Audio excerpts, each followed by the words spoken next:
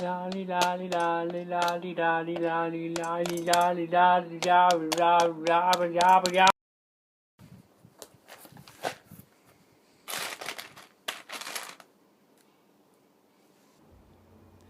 Minecraft Creepers Part 1 was the first animation that I've done since finishing high school, which means that I had a lot more time to work on the actual animation, and so I wanted to take advantage of that and make something that looked really, really cool.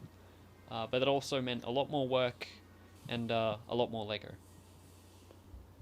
I should also mention that during that time, a couple of pretty big things happened. The main one was that I got a overall Best Filmmaker award at BAFTA for my short film Against the Sky, which may look a bit familiar to you. That means that pretty soon I'm going to be going into a 2-year film and television course, so the aim of this series is to get it done before that starts. For this animation I did a full script. I actually got voice actors in this time, which is something I don't normally do.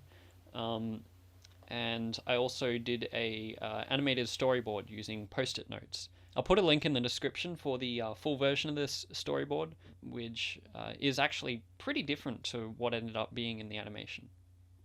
Sure, I may or may not continue to do this animated storyboard. It is a lot more work, but it does help. Such a lovely day outside. You know, I think I'll just stay under the desk.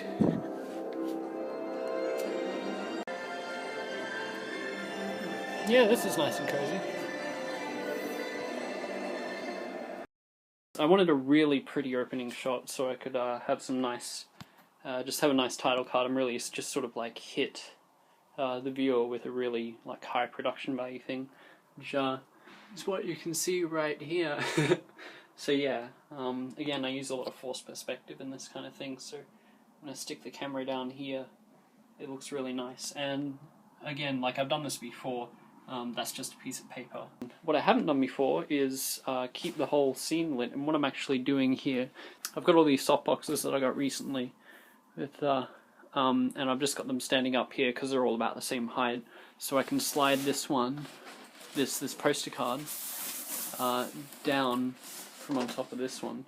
What happens is when I slide it down, it releases more light, which bounces off of the ceiling and illuminates the set. So it's on, and then as I pull it off, it'll brighten it up. And I'll do that at the same time that the sun's coming up, and the same time that the other light for the scene is pushing forward. So I've done this before as well. I'm just sliding this forward. This is just a nice tin lamp, and I'll just, as I push it forward, the light obviously bounces up. And so yeah, I spend most of my time underneath this. I'll probably spend most of my time underneath this desk because I haven't actually animated this shot yet. But yeah, oh yeah, and this here, this is part of the green screen set that my softboxes came with. It was only like $200. Brother got us for me as a graduation present, which is very, very cool. I'm getting a lot of use out of this. So what this is a curtain that it blocks the light that would otherwise bounce up into the bottom of my camera and create a weird red glow. So that's there. So I basically made a little cubby house underneath the thing. And these are all of the test images that I've been taking. So I've been taking lots of test images. I was working on it since like 8 o'clock last night, and I woke up at like 9, and I've been working on this since. So far this is like 9 hours on this shot, and I'll probably be a few more just to animate it, which I'll do in a moment.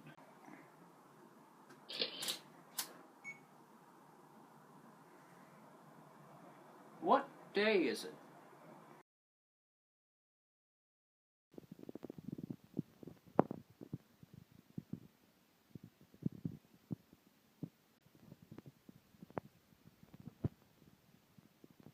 So here's something interesting. I'm doing a running shot, and it's literally, I'm actually just moving the foreground. That's what I've been doing a lot in this video, just because it's easier. And another thing is I'm using a business card that I had printed up as a bounce card. And what a bounce card does is it basically just fills in light, usually from the sun, but it also I'm just bouncing off of my lamp here, which is acting as my sun, and these are sort of, I don't know, just overall lighting. And so when I pull that away, he's a little bit darker. When I push it towards him, it sort of brightens him up, makes him look a bit more lively, I guess.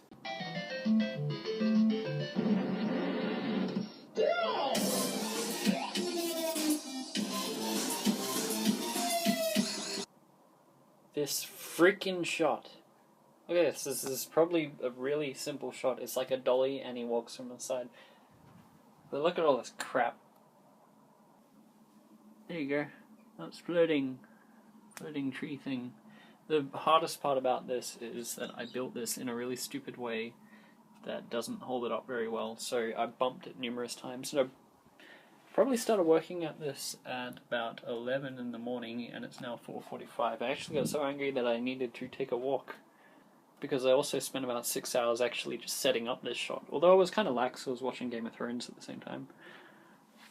I can call that lax. Anyway, so this is, I might add some warp stabilizer later, but basically all I'm doing is pulling this forward just a tiny little bit, like you can barely see it.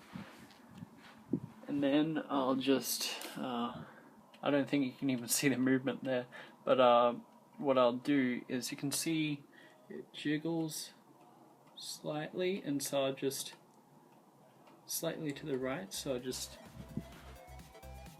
pull it slightly so it's aimed more to the left. And yeah. Cool. Too bad about the cave.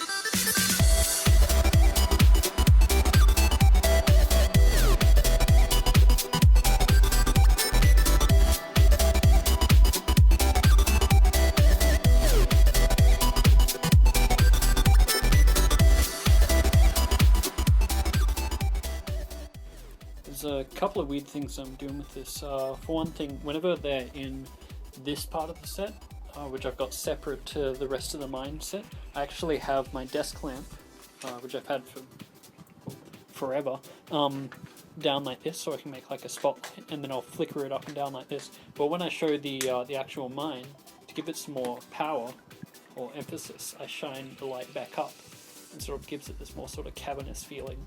And it's still motivated by the same torch. And what I've got here is a couple of just pieces of Lego to create a bit of silhouettes and texture to the whole thing. And in the back here, there was sort of an afterthought when I started filming these minecart scenes to stick that in there, but it gives it a bit more depth and makes the shot a bit more interesting. So yeah, I've also got this big soft box over here just to give a sort of cold wash over the whole thing, which makes this contrast and pop, give it a bit more warmth in comparison. I'm currently using the red power brick thing from the Ender Dragon set to light up this torch, just by sticking it right on the LED. So yeah, also I'm pulling bits of track from other parts of the set to fill in spots that I don't have. So the explosion effect was actually quite simple. I basically just took a background plate where I shake the camera and stuff disappears, and then immediately after that I animated a bunch of individual elements in front of a blue screen in the same lighting, and then I just comped those in as animated objects and duplicated them a bunch of times. Just add some motion blur and that's it. So this is about the third time I've had to do this shot because I kept getting the lighting wrong somehow, because I'm trying to make it really dark in the background. Like I've got a piece of shelf from my bookshelf over there darkening the background, and then I got only a couple of switches turned on for this light box, and then mainly this as my key light, which is just a desk lamp. So I'm animating a spider. Basically all that is I'm alternating, so the diagonally opposite ones will be up while the other ones will be down. So like these two will be up, these two will be down, and then I'll just the ones that are down I'll push in, and the ones that are up I'll pull out. I don't know if that makes sense. if you have one of these spiders, you'll know. Basically, when that doesn't look quite right on a frame, I'll just jiggle them around a bit. I think just having them sort of random works quite well. So I'm going to record some Foley noises now. What we've got here is just some dirt and some palm fronds from that thing over there. From the garden.